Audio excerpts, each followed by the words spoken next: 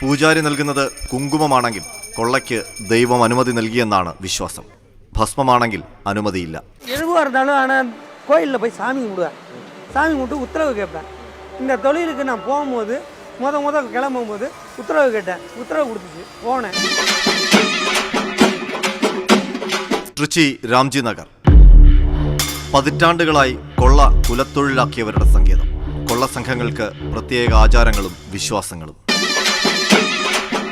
തിരുട്ട് ഗ്രാമത്തിന്റെ ഉൾഭാഗത്തായാണ് ക്ഷേത്രം. തിരുട്ട് സംഘങ്ങൾ ഓരോ കൊള്ളയ്ക്കായി പുറപ്പെടും മുമ്പ് ഈ ഗ്രാമക്ഷേത്രത്തിൽ വന്ന് പ്രാർത്ഥിച്ച് അനുമതി തേടും. പൂജാരി നൽകുന്നത് കുങ്കുമമാണെങ്കിൽ കൊള്ളയ്ക്ക് ദൈവം അനുമതി നൽകിയെന്നാണ് വിശ്വാസം.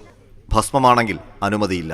പദ്ധതിയിട്ടത് എത്ര വലിയ കൊള്ളയ്ക്കാണെങ്കിലും ദൈവത്തിന്റെ അനുമതി ലഭിച്ചില്ലെങ്കിൽ അത് അവിടെ ഉപേക്ഷിക്കും. കൊള്ള മുതലിൽ ഒരു പങ്ക് ക്ഷേത്രത്തിനു കൂടിയുള്ളതാണ്. ഈ ക്ഷേത്രത്തിൽ സമുദായ ആചാരങ്ങളാണ് പിൻപറ്റുന്നത്.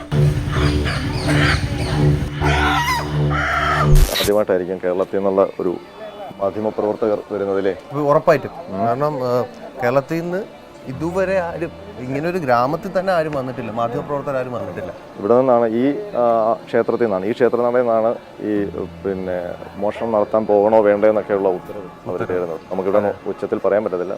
അടുത്ത് നിൽക്കുന്നവർ കേട്ട് കഴിഞ്ഞാൽ വലിയ പ്രശ്നമാവും. നമുക്കിവിടെ നിന്ന് പുറത്തിറങ്ങാൻ പറ്റത്തില്ല.